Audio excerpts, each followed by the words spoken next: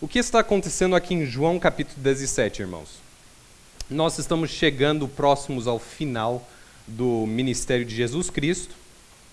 Nós temos alguns capítulos antes, no capítulo 12, por exemplo, logo ali no versículo 23, Jesus dizendo: chegou a hora de o Filho do Homem ser glorificado.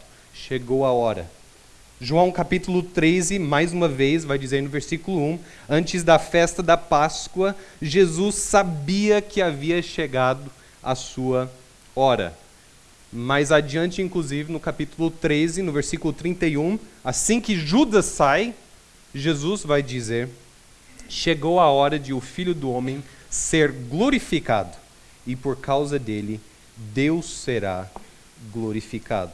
Então é chegado a hora. Obviamente não é uma hora no sentido de 60 minutos, ou um horário específico, mas chegou o tempo, chegou o momento de Jesus Cristo ser glorificado através da morte na cruz e a ressurreição. É chegado um momento de dor, é chegado um momento de morte, é chegado um momento de angústia. Né? Nós temos ali em João capítulo 13, e vai dizer no versículo 27, agora minha alma, Jesus Cristo aqui falando, agora minha alma está angustiada, acaso devorar, Pai, salva-me desta hora? Mas foi exatamente por esse motivo que eu vim. Pai, glorifica teu nome. Então uma voz falou do céu: eu já glorifiquei meu nome e o farei novamente em breve. É um momento de dor, é um momento de morte, um momento de angústia. Jesus Cristo está sendo, em breve ele será rejeitado pelos seus discípulos. O próprio Deus vai dar as costas para ele, mas ao mesmo tempo é uma hora, é um momento de glória. Glória. Então nós chegamos a João capítulo 17. E o capítulo todo, nós não vamos ler todos os versículos, mas o capítulo todo é uma oração no qual Jesus Cristo fala com seu Pai. O Charles Spurgeon vai comentar que se toda a Escritura é ouro, esse capítulo é como se fosse uma pérola preciosa no ouro. Ou em outra maneira, o Spurgeon vai comentar assim: se toda a Escritura é o mais belo céu, João capítulo 17 é o sol e as estrelas naquele céu. Irmãos, nós temos aqui em João capítulo 17 um texto muito precioso. Porque ainda que nós temos em todo o Novo Testamento Jesus Cristo falando com seus discípulos, falando diretamente a nós, aqui é diferente. Porque Cristo fala com o seu Pai. Ele não está falando diretamente conosco. Nós estamos assistindo de longe esse momento de intimidade da Trindade. Jesus Cristo, diz o versículo 1, João 17, versículo 1, depois de dizer todas essas coisas, quais coisas? Aos seus discípulos, dizendo: tem de bom ânimo, eu venci o mundo. Depois de dizer todas essas coisas, Jesus olhou para o céu e orou: Pai, chegou a hora. Glorifica teu Filho, para que ele te glorifique. Pois tu lhe deste autoridade sobre toda a humanidade, ele concede vida eterna a cada um daquele que lhe deste. E a vida eterna é isto: conhecer a ti, o único Deus verdadeiro, e a Jesus Cristo, a quem enviaste ao mundo. Eu te glorifiquei aqui na terra, completando a obra que me deste para realizar. Agora, Pai, glorifica-me e leva-me para junto de ti, para a glória que tive ao teu lado, antes do princípio do mundo. Tem uma dupla de artistas, eles são britânicos, o Tim Noble e Sue Webster. E eles, no final dos anos 90, eles criaram uma exposição de arte que, na primeira vista, assim, na primeira olhada, parece um monte de entulho, que parece que hoje em dia todas as obras de arte se resumem nisso. Mas enfim, você olha para aquilo, é um monte, é lixo, coisas recicláveis, é ferramenta quebrada, até um gato morto eles vão usar na exposição.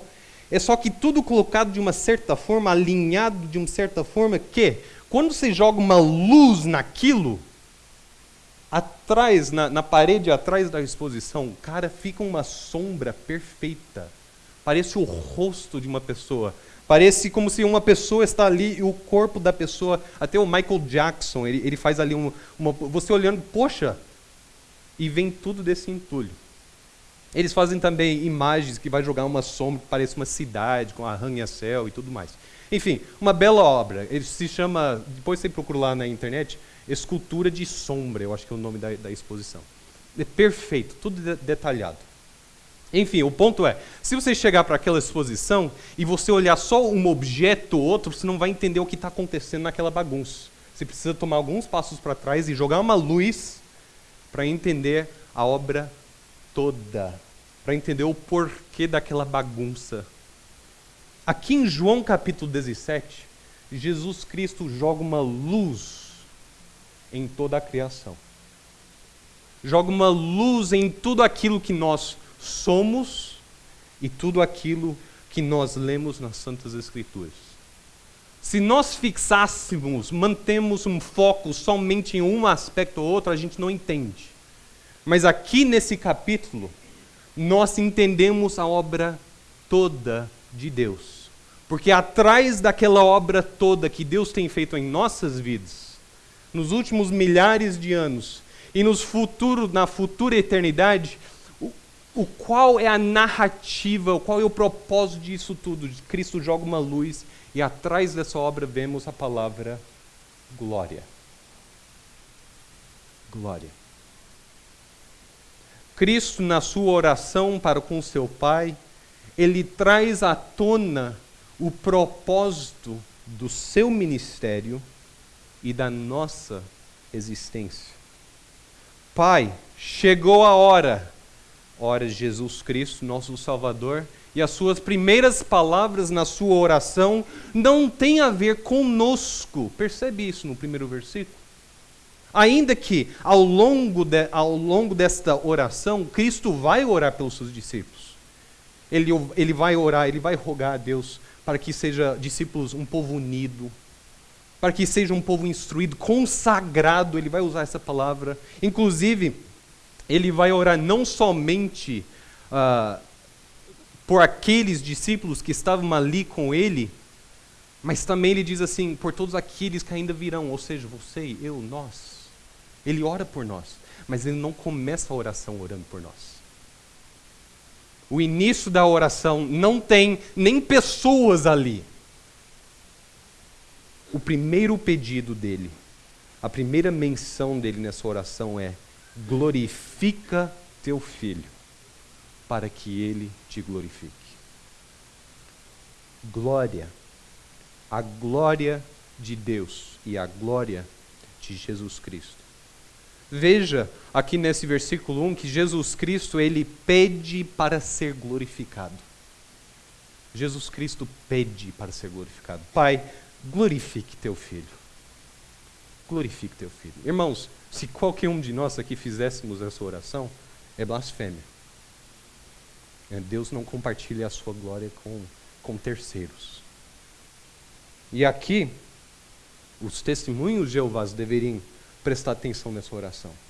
Aqui o próprio Jesus Cristo pede a glória de Deus para si. É uma prova da divindade de Jesus Cristo. Não somente porque ele deseja a glória de Deus, isso nós desejamos, ou devemos desejar, mas ele deseja a glória para si. Ele deseja que o Deus Todo-Poderoso, o Criador soberano sobre a terra e os céus, glorifique a pessoa de Jesus Cristo, o seu Filho. Interessante isso, né, irmãos? Jesus Cristo aqui, ele está caminhando à morte, à dor, à rejeição. Mas o que está passando pela cabeça dele nesse momento? Glória. Ele está caminhando em direção ao sofrimento, à angústia, à solidão, pensando na glória de Deus, na sua própria glória.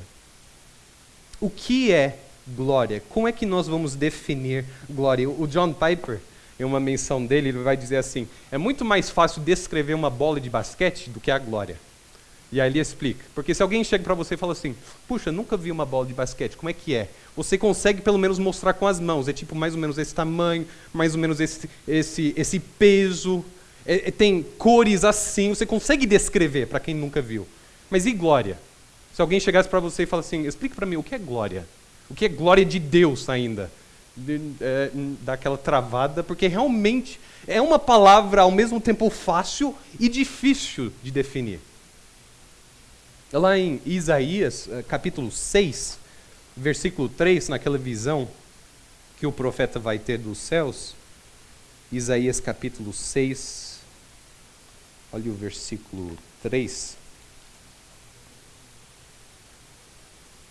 O que é que dizem tem ali os serafins perante o trono de Deus, e eles dizem em alta voz uns aos outros, diz o versículo 3, Santo, Santo, Santo é o Senhor dos exércitos, toda a terra está cheia de sua santidade. Glória. Interessante isso. Aí nós podemos resumir a palavra glória, se a gente fosse dar uma definição bem sucinta, bem resumida, nós podemos dizer assim que glória nada mais é do que a beleza da santidade de Deus. A beleza da essência de Deus, do ser de Deus. É o resplendor linda, maravilhosa do caráter de Deus. Ao mesmo tempo, irmãos, em que a glória de Deus é difícil definir, acredito que na nossa sociedade nós entendemos mais ou menos o que é glória. O ser humano parece que ele nasce com uma certa definição, um certo desejo de buscar a sua própria glória. Em um mundo, uma sociedade como a nossa, que praticamente idolatra quem é famoso, quem tem talento, quem tem dinheiro, quem está na capa da revista, quem salvou a pátria no último jogo de futebol, os grandes astros do cinema. Numa sociedade como essa, não tem como a gente olhar e falar assim: poxa, vocês não entendem o conceito de glória. Porque, na verdade, a nossa sociedade está buscando a glória, não a glória de Deus, mas nós queremos a glória em alguém, alguma pessoa, em nós mesmos. Vivemos naquela geração de selfies. Olha onde eu estou, o que eu estou fazendo, olha o que eu tenho, o que eu estou experimentando, e você não. Dê uma curtida, siga meu canal, siga a minha página. Não que essas coisas são ruins, mas pode ser uma procura por glória. Eu quero que a beleza do meu ser resplandeça. Eu quero que as pessoas olhem para a beleza da minha essência e fiquem impressionados e deem uma curtida. Glória, existe um desejo de ser glorificado, existe na nossa sociedade e no nosso mundo. O que a gente mais tem medo, parece, é as pessoas nos veem como nós somos. Sem maquiagem, ou os pecados que fazemos escondidos, longe dos olhos das pessoas, os pecados que estão aqui, mas nunca saem daqui. Que nós procuramos proteger. Tá estourando lá no Hollywood, daqui a pouco vai voltar ao normal, mas atualmente lá no Hollywood parece que todos os astros estão envolvidos com algum tipo de escândalo. E nós idolatramos quem está lá e depois jogamos pedras em quem está lá. Por quê? Nós não queremos ver o astro como ele é. Nós não queremos ver o pecado do pecador. Nós desejamos ver, nós queremos que as pessoas fingem ser aquilo que eles não é. E nós queremos fingir ser aquilo que nós não somos. Nós queremos passar a ideia que nós temos beleza de santidade. Não é por acaso que na nossa sociedade hoje em dia está um movimento bem forte de aceita todo mundo como ele é. Né? Você tem que aceitar os meus gostos, você tem que aplaudir os meus gostos, eu preciso aplaudir os seus. Tem que ter uma glória, uma transferência de glória, onde eu falo assim, puxa, você é assim, que maravilha, e você tem que olhar para mim e falar, eu também gosto de você, e nosso group hug, né? Abraço em grupo. Glória.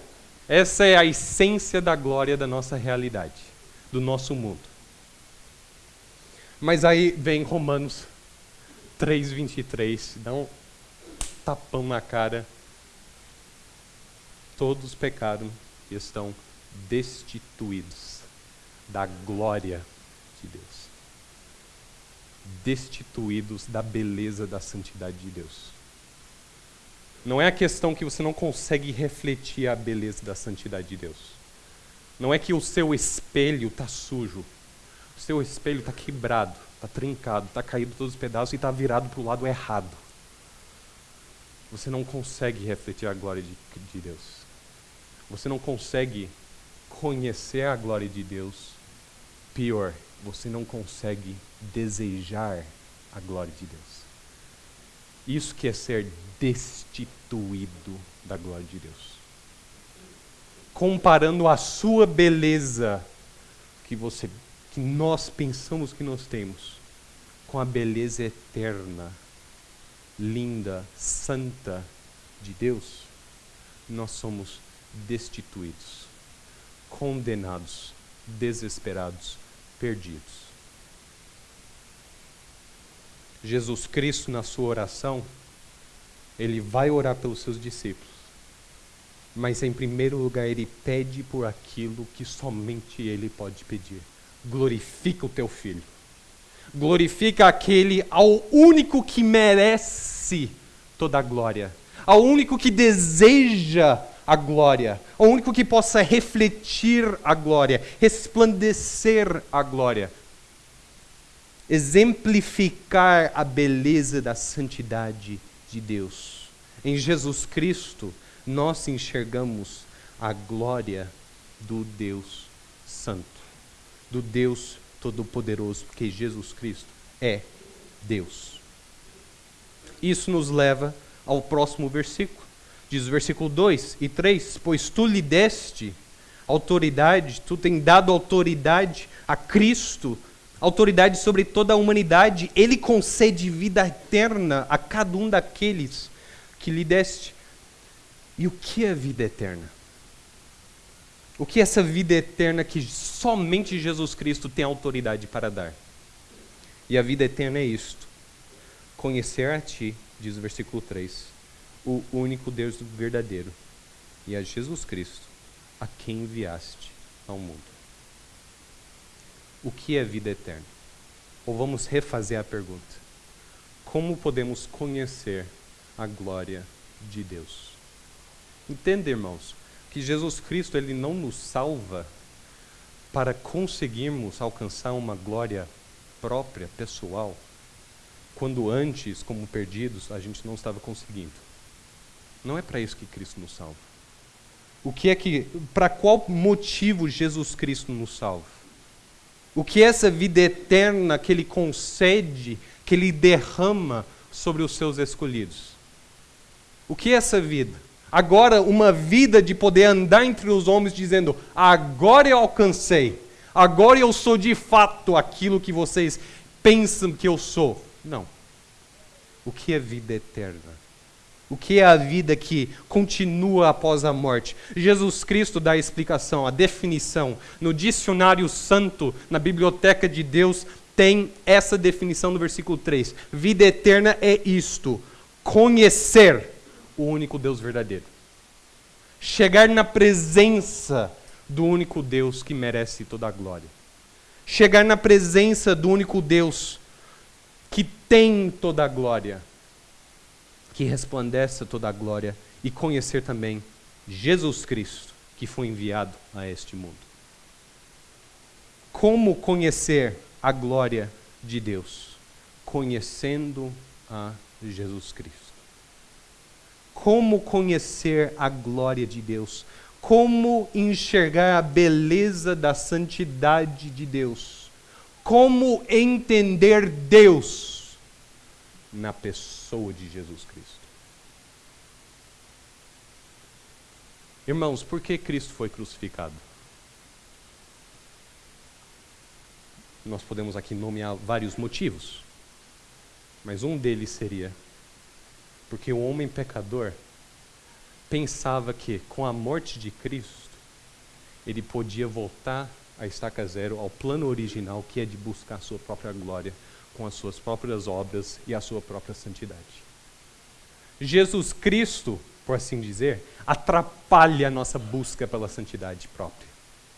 Ele incomoda o nosso desejo de buscar a glória própria. Porque o santo evangelho de Deus vai anunciar a todo aquele que deseja a sua própria glória: você não vai conseguir porque você não merece, você não é digno de ser glorificado. Irmãos, isso é uma afronta. Num mundo como o nosso, onde você tem que ter cuidado para não ofender ninguém, vem o evangelho e bate de frente. Você não é digno. Você pode tentar por 1000 anos, você não vai conseguir. Você não merece. A glória não é tua. É de um somente, o único Deus verdadeiro. Como eu conheço essa glória? Ou como perguntou a mulher a Jesus: onde eu encontro essa água para matar de vez a minha sede? E a resposta é: somente em Jesus Cristo. Somente nesse Cristo que está indo para a cruz. Somente aquele Cristo, o Cristo que está pendurado na cruz. Somente o Cristo sepultado, ressurreto, vivo para todo sempre. Em Jesus Cristo nós enxergamos a glória, a beleza da santidade de Deus. E por isso, em Jesus Cristo, não somente entendemos quem Deus é, que Ele é único, que Ele é verdadeiro, mas em Jesus Cristo entendemos quem nós somos. Que nós não somos únicos, que nós não somos verdadeiros. Nós somos meramente vazios, desejosos que alguém derrame a glória de Deus em nossas vidas. Toda glória em Cristo, toda a glória de Deus está em Cristo. Por que toda? Por que essa ênfase em toda a glória de Deus está em Cristo? Porque Cristo fez toda a obra. Olha o versículo 4. Eu te glorifiquei aqui na terra, completando a obra que me deste para realizar. Nenhum aspecto da glória de Cristo ficou sem resplandecer perante os homens. Não há algo que eu possa acrescentar à glória de Deus e dizer assim: olha, faltou esse pedaço. Cristo fez toda a obra. Toda a obra foi feita por Ele. Diz o versículo 5: agora, Pai, glorifica-me e leva-me para junto de Ti, para a glória que tive ao Teu lado antes do princípio do mundo. Olha a visão que Cristo tem nesse momento. Ele não está enxergando somente aquele caminho que leva à cruz, mas a visão que Ele tem é desde a eternidade passada até a eternidade futura. Ele enxerga tudo. Antes eu tinha glória, depois eu tenho glória, glorifique-me agora também. A cruz de Cristo não é um obstáculo na glória de Deus. Não é um desvio. Deus é glorificado, glorificado, glorificado. Aí chega na cruz e pá, deu errado, volta o caminho. Não, Cristo está aqui dizendo: a mesma glória que eu tive antes, que eu terei, dê-me agora neste momento. Soberania de Deus, irmãos, nesse momento. No momento de dor, angústia, de rejeição, Jesus Cristo é glorificado como Deus Supremo. Não há nada que nós podemos fazer para desviar o caminho da glória, ou roubar glória de Deus, ou frustrar o plano glorioso de Deus. Agora eu quero encerrar com 3 aplicações que nós podemos tirar aqui desse texto. 3, porque sou batista. Batista sempre tem 3. Vamos lá. A primeira aplicação é mais geral. Irmãos, Deus nos criou para um fim glorioso. Isso é fato. Mas qual é esse fim glorioso? Deus nos criou não para experimentarmos a nossa própria glória, mas Deus nos criou para conhecer glória na pessoa de Jesus Cristo. Esse sempre foi o plano. Esse sempre foi o objetivo divino. Jesus Cristo não foi inventado na última hora para revelar a glória de Deus, já que o primeiro plano não deu certo. De capa a capa nas Santas Escrituras, nós enxergamos a pessoa de Jesus Cristo sendo exaltado como glorioso. Ainda nessa aplicação mais geral, Deus nos chamou para nos arrepender da nossa idolatria do eu. Aquele desespero, aquela exaustão, irmãos, que nós temos em procurar glória com as próprias forças. Se eu conseguisse, só me falta terminar essa etapa, ser casado, comprar uma casa, vender isso, aquela promoção no trabalho, só me falta, e aí eu serei satisfeito com o resplandecer do eu. Irmãos, a Santa Escritura, essa oração de Cristo, nos chama para nos arrepender desta idolatria. Pare de procurar glória em si mesmo ou em outro. Arrepende-se de buscar se curvar, de dobrar o seu joelho e a sua língua confessar que você é, de alguma forma, capaz de alcançar a glória de Deus. Arrepende-se. Uma segunda aplicação que esse texto pode nos fazer, nós podemos aplicar talvez aqui nesse meio, àquele que ainda não conhece Jesus Cristo como Salvador. Ainda não tem confiado na obra de Cristo na cruz. Esse texto nos diz claramente que nós não encontramos a glória de Deus em outro lugar, não ser Jesus Cristo. Talvez você está procurando a glória que satisfaz, a beleza da santidade, a beleza da justiça, a beleza do amor, a beleza da misericórdia e bondade de Deus em algum outro lugar, outra religião, outra filosofia, outro padrão moral, outro estilo de vida. Esse texto diz que você não vai encontrar ela. Nós encontramos a glória de Deus somente na pessoa de Jesus Cristo. Fora de Cristo não há glória. Fora de Cristo não há glória. O que é essa vida eterna que Cristo nos dá, que não encontramos em outro lugar? A vida eterna é conhecer o único Deus verdadeiro. Eu te pergunto, você conhece o Deus verdadeiro? Você conhece a glória de Deus? De fato, o texto bíblico vai dizer que, por exemplo, na criação, nós vemos a glória de Deus. Mas são vislumbres só da glória de Deus. São como se fossem pistas da glória de Deus. Nós não podemos olhar para as nuvens e as montanhas e enxergar ali a obra redentora de Deus. Isso nós enxergamos somente em Cristo. As nuvens, a criação, simplesmente aponta, olha, tem glória em algum lugar, hein? Tem uma glória ainda maior a ser descoberta. Está quase lá, procure. São pistas que apontam a glória do único Filho de Deus, Jesus Cristo. Mas uma terceira aplicação que nós podemos fazer seria aqueles que, de fato, já estão crendo em Jesus Cristo. Já confessaram os seus pecados, já se arrependeram dos seus pecados, estão crendo em Jesus Cristo. O que esse texto tem a nos dizer? O texto nos diz, irmãos, que Jesus Cristo não é plano B. Jesus Cristo não é step, irmãos. E o nosso cristianismo moderno tem trabalhado essa ideia de que Cristo te salva para você, com as suas próprias forças, tente glorificar a Deus. Daqui para frente é você. E se tudo der errado, tem Cristo. Cristo é o plano B.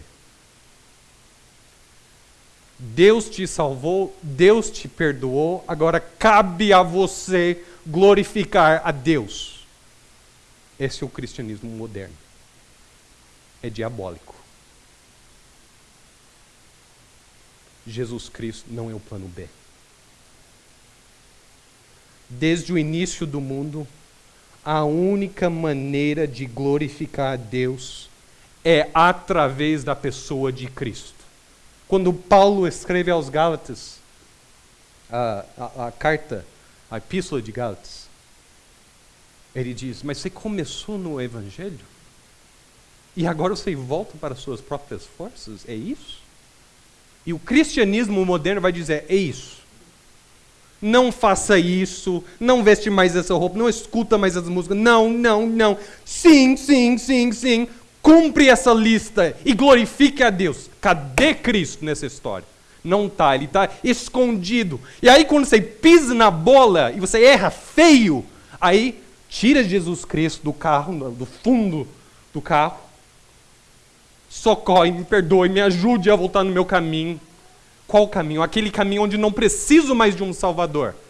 E esse texto vem ao encontro. Esse texto é a cura dessa maldade, irmãos. Porque Jesus Cristo vai nos dizer, Jesus Cristo vai expressar ao seu Pai e assim nos diz, glorifica teu Filho hoje e eternamente. Leia depois o resto da oração, mas o que causa a união do povo, o que mantém o povo de Deus unido, consagrado no caminho, o que mantém isso? Versículo 1 de capítulo 17, a glória de Deus.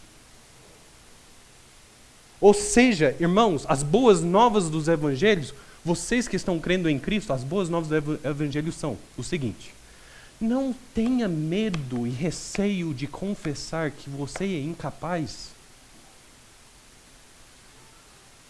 Não seja tímido de chegar na presença de Deus e dizer, eu sou fraco. Geralmente esse é o último recurso. Eu tento, e quando...